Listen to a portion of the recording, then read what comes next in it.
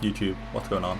Welcome back to the channel. We've got another track guide for the GT3 Ferrari Fix Series on iRacing GT3 Challenge. Can't remember what it's called. This time we're going around the Charlotte Roval. Really fun track, actually really enjoyed this. It's very tricky. Just before we jump in, if you like the video, like the video. If you're not subscribed, hit that subscribe button. And if you got any comments, thoughts, any questions, just drop them in the comments down below. Let's do this.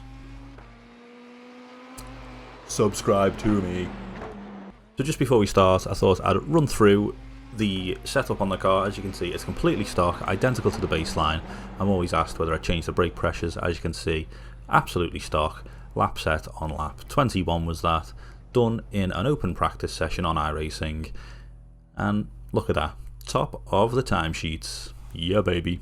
Now onto the lap, coming through the last turn, just trying to make sure we get a nice exit, crossing the line in third gear, shifting up to fourth before turn 1, then immediately looking for our braking point. I like to use the white lines on the track. At the start of the second last white line, that's where I brake. We're going to be braking fairly gently through this first turn, and we're going to be holding onto the brake for quite some time. We're going to be dropping it down to third gear and aiming to get as close to the curb on the inside of the track as possible. So I'm just going to hold it here, and as you can see, I've just started to reapply the power after holding onto that brake for a very long time, and we're pretty much past the apex of the turn. Just trying to illustrate how much you can hold onto that brake. Then once you apply the power, you can apply it quite sharply. Then we're through this flat out left-hander after your tyres are warmed up, shifting up to fourth gear as we go through it. And I'm already thinking about braking for this turn. As you can see, there's some markings on the track here. That's what I like to use as my signal to cover the brake, downshift to third gear and start pointing my car towards the curb on the inside of this turn. As you can see, turn 3 is much of a nothing turn. Turn 3 is all about setting up for turn 4. So as you can see, just applying a little bit of throttle in between the two turns, and then covering the brake, downshifting to second gear to get my car turned in and pointing once again to that inside curb. We need to get a really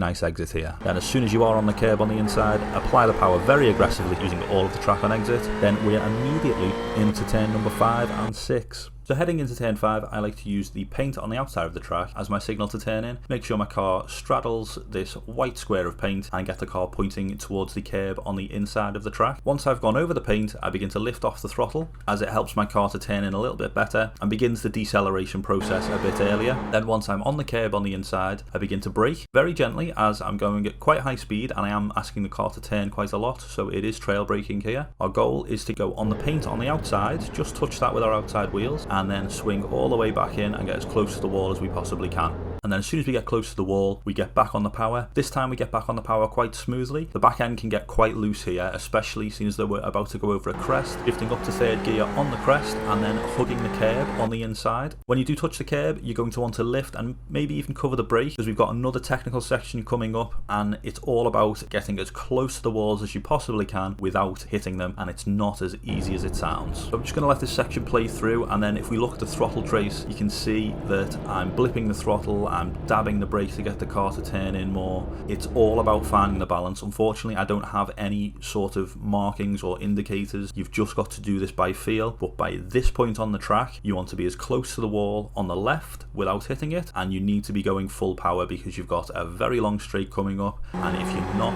on the power early, you're going to lose out big time.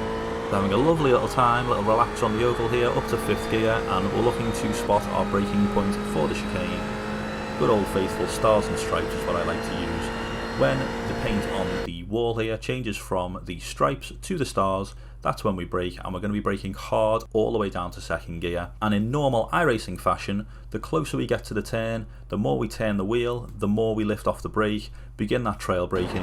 The goal here is to really attack that first curb, and when you do hit the curb, you want zero input on your pedals whatsoever. You just need to be coasting. Once we've got through the left-hander, we quickly throw the car to the right, and if you've been aggressive enough on the entry on the left-hander, it means all you need to do is do another quick dab on the brake when all 4 wheels are on the ground, then just clip this curb on the inside and begin to apply the power smoothly, being a bit wary of the wall because that comes at you very quickly. Now we're back on the second half of the oval section.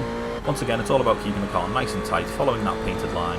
just preparing yourself for the final turn really. You're going to be in 5th gear.